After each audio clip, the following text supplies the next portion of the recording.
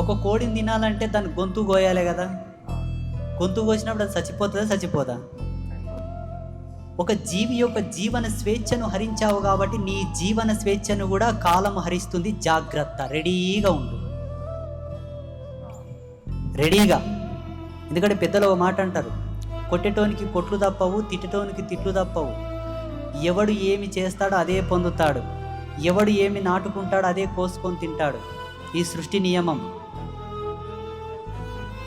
నీకు తినడానికి ఏమి లేదయా, కరువు వచ్చింది, నీళ్లు లేవు, పంటలు పండవు, తిన్నింకే గత్యంతరము లేదు, ఏమి లేదు, ప్రపంచంలో ఏమి లేదు తిన్నింక అనుకున్నప్పుడు, పంటలు లేవు, పండ్లు లేవు, కాయగూరలు లేవు, ఆకుకూరలు లేవు, ఏమీ లేవు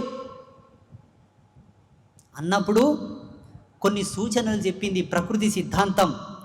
గిట్టలు కలిగిన జంతువులను కొట్టుకొని తిను,